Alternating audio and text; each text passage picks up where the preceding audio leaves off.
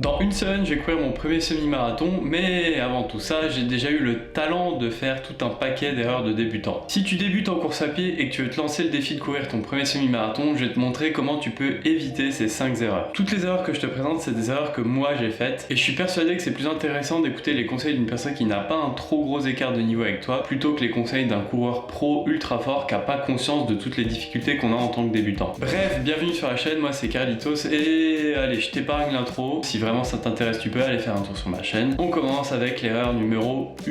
Erreur numéro 1, la durée de ta prépa. C'est une de mes plus grosses erreurs, c'est le fameux choix dans la date. Attention au choix dans la date, il ne faut pas que ce soit trop tôt. Une bonne fenêtre de tir, c'est en moyenne 12 semaines, donc à peu près 3 mois. Ma prépa, 6 semaines. Voilà. Mais j'en suis pas spécialement fier, au contraire. D'ailleurs, beaucoup d'applications de running vont refuser de créer ton programme d'entraînement si la date de ta course est dans moins de 12 semaines. Je te montre un exemple avec Campus Coach qui ne va pas te laisser le choix dans la date. Moi, je voulais absolument courir mon semi-marathon avant la fin de l'année et j'ai trouvé l'application Keepren Pacer, gratuite, qui acceptait de créer mon programme d'entraînement même à 6 semaines de la course. D'ailleurs, je te montre à quoi ressemble le plan d'entraînement avec les différentes phases. Donc si ta durée de prépa elle est trop courte, tu pourras même pas créer de programme d'entraînement sur certaines applications et sur les autres, tu seras obligé de passer par un programme un petit peu agressif et un petit peu trop brutal, avec un gros risque de blessure ou d'échec. Tu vois, personnellement, j'ai pris assez peu de plaisir pendant ces 6 semaines parce que j'avais mal. J'ai eu des douleurs au tendon d'Achille, à la cheville et j'ai une périostite en plus qui est toujours en cours. Donc c'est pour ça, si tu dois écouter quelqu'un qui a fait des conneries pour ne pas les refaire, je suis la bonne personne.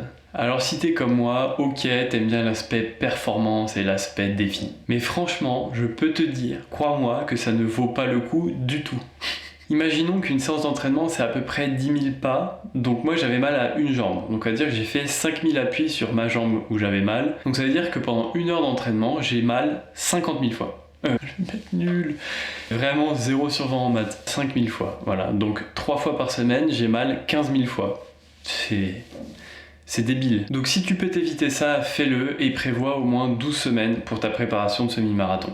Erreur numéro 2, courir trop vite. Souvent quand on commence à courir, même si on a un plan d'entraînement préparé par une application, on part pour sa séance par exemple de 30 minutes et on court, mais on ne sait pas à quelle vitesse. Ou plutôt c'est qu'on se pose même pas la question. Et généralement on court beaucoup trop vite. Je l'ai fait et la plupart des gens qui commencent à courir le font. Ça aussi c'est une erreur qui peut te coûter cher parce qu'elle peut t'emmener assez facilement sur une blessure. Courir 30 minutes assez vite c'est vraiment très différent de courir 30 minutes lentement et pas juste parce que tu parcours plus de distance. C'est une question de zone d'entraînement et alors sans rentrer dans les détails, une bonne prépa de course à pied doit contenir une part importante de ce qu'on appelle la zone 2 ou l'endurance fondamentale ou le footing. Tout ça, ça veut dire la même chose. 3/4 de ta prépa semi-marathon, de tout ton volume d'entraînement, ça devrait être de la zone 2. Bon, et à quoi ça correspond et comment on sait qu'on court bien dans cette zone 2, cette zone de footing? Mais d'ailleurs, qu'est-ce que le footing? Non, c'est bon.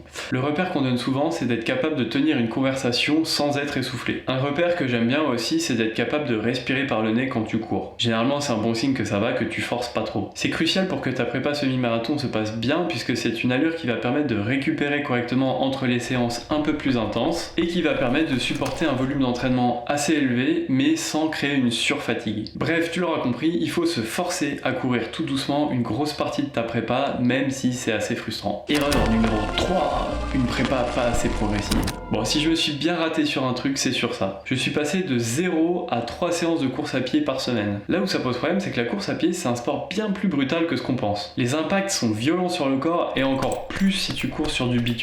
Donc même si tu tombes pas dans le piège de courir trop vite, tu peux tomber dans le piège d'augmenter le volume d'entraînement trop vite. En soi, c'est pas un problème d'avoir un gros volume d'entraînement, le problème c'est que ce soit pas progressif. Si t'es débutant, tu prends un risque à faire des séances 100% course à pied. Il faudrait que tu arrives à mettre ton ego de côté et à alterner dans tes séances de la marche et de la course à pied et à augmenter progressivement la quantité de course à pied, le ratio par séance. Tu vas réduire énormément le stress sur tes articulations et le temps que tu vas perdre à réduire ton volume d'entraînement comme ça, c'est du temps que tu vas gagner par rapport au bourrin qui risque de se blesser à courir trop vite. Un très bon indicateur que tu peux utiliser, c'est la distance de kilomètres que tu parcours par semaine. Si tu pars vraiment de 0, dans ce cas-là, je te conseille déjà de faire une première partie, par exemple de 4 à 6 semaines, où en fait ça va être juste être une augmentation progressive de ton volume de course, mais vraiment faible. C'est vraiment à ce moment-là que tu peux alterner marche et course à pied. Le but, c'est vraiment de passer de 0 à quelques kilomètres par semaine. Généralement c'est pas mal, moi je peux te conseiller de faire à minimum 2 séances par semaine, une c'est quand même très peu pour progresser, et 3 c'est le sweet spot, c'est là où tu as le meilleur retour sur investissement par rapport au temps que tu consacres à aller courir. Voilà, et une fois que tu arrives autour des 15 km, et bien à ce moment-là tu vas pouvoir attaquer sur un programme d'entraînement qui généralement commence dans ces eaux-là. Et donc c'est là que pour moi c'est parti complètement en cacahuète, puisque la bonne fourchette pour augmenter le volume progressivement de semaine en semaine, c'est d'augmenter de 5 à 10% le nombre de kilomètres que tu parcours. C'est l'approche la plus recommandée pour ne pas se blesser, pour éviter les tendinites et autres. Ce que je te propose, c'est de regarder à quoi ça a ressemblé pour moi. Semaine 1,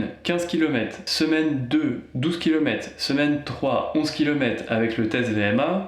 Semaine 4, 26 km. Semaine 5, 38 km. Semaine 6, 25 km. De la semaine 3 à la semaine 4, ça fait une augmentation de 136%. De la semaine 4 à la semaine 5, ça fait une augmentation de 46%. Et sur 2 semaines, ça fait 245%.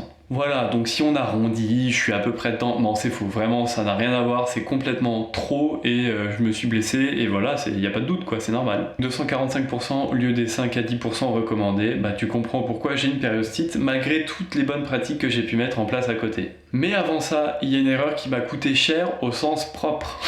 Erreur numéro 4, le choix des chaussures. J'ai eu 3 paires de running en 2 mois et j'ai même changé de paire de chaussures 2 semaines avant le semi-marathon. Normalement il faut pas le faire, c'est une grosse prise de risque, il faut courir au moins 50 km avec une nouvelle paire de chaussures avant de les prendre pour une course ou en tout cas de faire une sortie très longue. C'est parce que les pieds et le corps ont besoin d'un peu de temps pour s'adapter, ça va changer la foulée, ça va changer les appuis et ça va changer la posture quand tu cours. Donc forcément les muscles vont être sollicités un peu différemment, tout va être sollicité différemment et donc ça peut créer un stress sur le corps qui n'est pas prêt à ce nouveau stress. Bon, mais 2 semaines avant la course, j'ai quand même pris le risque parce que j'avais mes belles Brooks Ghost 17, super belles, magnifiques, que j'adore, mais j'avais les pieds trop serrés dedans. Le problème avec mes Brooks, c'est qu'au bout de 30 minutes, j'avais des fourmis dans les pieds et après 1 heure, je sentais même plus mes pieds quand je courais. Franchement, sur un semi-marathon, j'avais pas envie de subir ça, je me suis dit ça allait gâcher ma course. Je suis donc parti sur les ASICS Nova Blast 5, même si le modèle importe peu au final. Ce qui compte vraiment, c'est le choix de la pointure. Là, j'ai pris une pointure au-dessus par rapport aux Brooks et les fourmis dans mes pieds ont disparu. Donc le conseil, c'est que quand tu cours, tes pieds gonflent et si tu prends pas au moins une demi-pointure au-dessus de ta taille habituelle, voire moi je dirais quand même une pointure, et bah tu vas potentiellement avoir des chaussures trop serrées qui vont te faire mal, tu pourrais avoir des fourmis, des ampoules et tu pourrais avoir les ongles qui noircissent. Donc en plus c'est crade, donc vraiment il n'y a aucun intérêt. Il faudrait que ton gros orteil ait environ un demi-centimètre à 1 cm de marge avec le bout de la chaussure. Tiens d'ailleurs, petit conseil pour les chaussures, pense à les tester plutôt en fin de journée si tu dois aller en magasin, comme ça t'as le pied un peu plus gonflé en fin de journée qu'en début de journée. Et si tu hésites entre 2 pointures, prends la plus grande. Moi j'ai hésité, j'ai pris la plus petite et ça m'a coûté 120 balles. Voilà. Ah, et dernier conseil sur les chaussures usées, il faut les jeter. J'ai couru avec des chaussures usées, ça m'a défoncé les jambes, ça m'a encore créé des blessures. C'est vrai que les chaussures de running ça coûte un peu cher, mais même si t'as un petit côté économe, bah je t'assure que l'investissement vaut le coup. En plus, dis-toi que les chaussures seront neuves et belles et que ça te donnera envie de courir. Erreur numéro 5, échauffement, étirement, renforcement. Bon bah là c'est la partie avec tous les mots qui finissent par en. Alors on va pas se mentir, c'est le truc qu'on n'aime pas entendre, mais qu'on comprend une fois qu'on est blessé. C'est mon cas, je le faisais pas au début, et tu vois, j'ai dû apprendre de mes erreurs pour le faire systématiquement maintenant. Donc si t'appliques pas ce conseil tout de suite, je ne peux pas t'en vouloir, j'ai fait la même, peut-être que tu dois apprendre de tes erreurs et que c'est ton expérience après tout. Mais si tu es plus intelligent que moi, eh bien prends 3 minutes pour t'échauffer. Il y a littéralement des vidéos de 3 minutes sur YouTube sur comment s'échauffer avant de courir. Je ferai très certainement une vidéo sur le sujet puisque moi avec ma périostite, je peux même pas faire certains exercices comme des montées de genoux ou des talons-fesses parce que le fait d'appuyer, de taper sur le sol pendant ces mouvements-là, ça me fait trop mal et donc je dois faire une prépa un peu spécifique avant d'aller courir. Pour les étirements, je te conseille d'étirer principalement le bas du corps, hein. Tu vas peut-être pas t'étirer les biceps et les triceps pendant 1 heure.